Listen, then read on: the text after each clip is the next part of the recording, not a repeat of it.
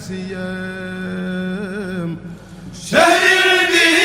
أغلق باب للإيام. ñu ngi leen di nuyu di leen jaajëfal yéen ñi baaxoo di suivre suñu chaîne bii di Xew-Gi TV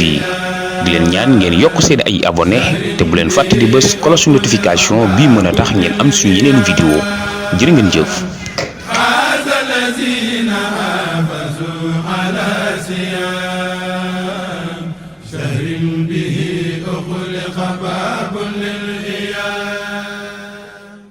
D'accord Baye Modou Ndiaye di jàngee lycée de Mbacké waaw. Baye Modou nga nekk élève tey jamono bi gis nañu ne wàllu transport am yeneen ci am ay jafe-jafe loolu moom tey lan nga ci mën. waaw dama ko yàgg di wax dëkk Touba di jàngee Mbacké yaakaar naa moo gën a metti ci jamono ji ndax bu yàgg ba léegi ñun dañoo am problème mu transport. tata yi mi ngi daw mais tata yi li fi nekk doyuñu te jamono jii nii Mbacké Touba yi ñoom ñoo ñu daan dimbali te ñoom dañoo changé système bi ñuy liggéeyee ak ñun maanaam ñoom lañu amoon comme moyen bi nga xamante ne si ne bu ñu wàccee danañu xaw a dimbali ci benn côté bi tata yi di manqué ak yooyu waaye léegi dafa am nu ñuy liggéey ak ñun te yaakaar naa ne ñu bëree bëri xamuñu loolu nag ci laa bëgg a ñëw pour leeralal leen ko te tamit di ci lancer appel kooku nga xam si ne mooy préfet. ndax tey booy yi am na ñoo xam si ne gouvernement scolaire yi am na ñu fa demoon di ko wax loolu mu daan ne tëlul loolu ndax élection yi la tal léegi nag dañoo bëgg ñu wax ñëpp xamal leen ne Mbacké Touba yi ni ñu doxee ak ñun jamono ji dafa metti diggante marché Ocass ba Mbacké loolu mooy tarif normal bi 100 francs nga war a fay léegi nag dañoo def foo wàcc 100 francs ngay fay léegi bu ñu wàccee 14 heures wala heure yi nga xam si ne élèves yëpp dañoo wàccandoo dañuy obligé daan ne garage la ñuy yeb léegi bu ñu yebee garage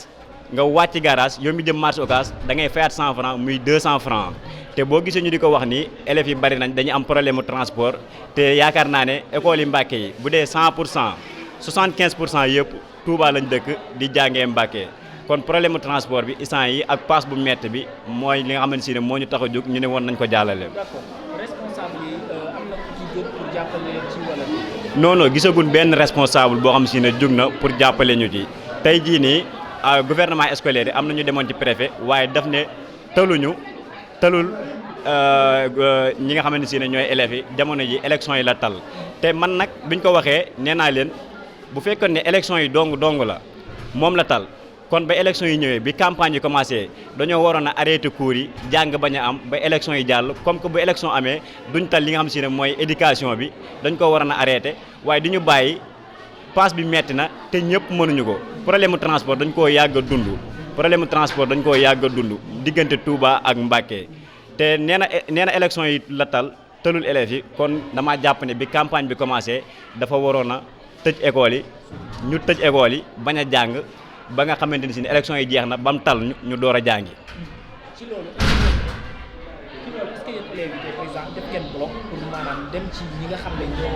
ñoo war a dindi loolu ngeen wax leen seen doléance. waaw tey lañ ko commencé ndax bañ ko commencé dund xaw naa yàgg tuuti ndax ñoom bi ñu jógee seen grève yi transporteurs yi seen 3 jours yooyu ci lañ ñëw daal di commencé daal ne fu waay wàcc 100 francs la. tey nag dañoo njëkkee ci kilifa nga xam si ne moo nekk ci département bi muy préfet bi ñu demee ci la wax loolu léegi tamit incha allahu rabbi danañu gisanteeg président bi nga xam si ne moo jiite Mbacké Touba yi ak koo xamante ne si ne ak IDICA ñoom ñëpp ci ñi yëngu ci domaine transport bi ñu xam ne wax dëgg yàlla waxuma la sax élèves yi dong de mais ñeneen ñi sax dañoo am problème transport diggante Mbacké ak Touba ndax pass bu seer bi ñuy fayeeku ndax da ngay gis bu ñu wàccee ñoom au lieu que ñuy yeb tarif normal bi di 100 francs yi au lieu que ñuy yab tarif normal bi muy 100 francs yi dañuy yam garage bëgg boo wàccee garage diggante garage ak marché nga fayaat 100 francs muy 200 francs te loolu ñoom ñoo koy liggéey seen biir xamuñu ko léegi nag dama bëgg ñu wax ñu carrément ne oto boo xamante si ne yebati nga Touba maanaam wala nga jógee Mbacké di dem Touba tarif normal bi ku fayati 100 francs bu ñu la wàccee garage bul wàcc ndax diggante marché ak Mbacké loolu mooy tarif normal bi mooy 100 francs yi kon nag dañoo bëgg mu leer ñëpp muy élèves yeeg ñëpp nañ ci manko xeex bi sunu xeex la ñun ñëpp comme que taluñu ñu nag ñun mën nañ koo xeexal suñu bopp ba gis benn autorité boo xam si ne danañu ci dimbali waaw loolu daal loolu. plus que présent ñu gis ne insécurité am na ci. voilà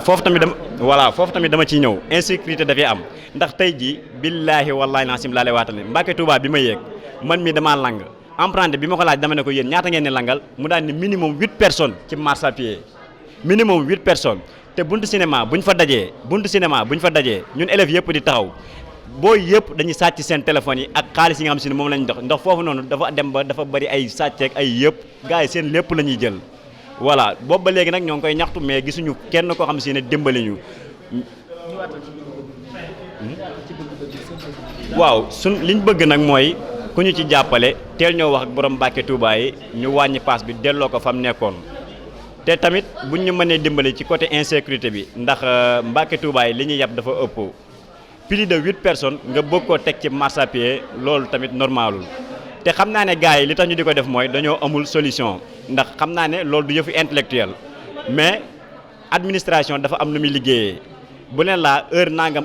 nga war a ñëw ci école boo ñëwul dañuy tëj école bi kon loolu tax booy di obligé ñooy obligé di lang ci oto yi pour bañ a tardé loolu la woon ok merci beaucoup.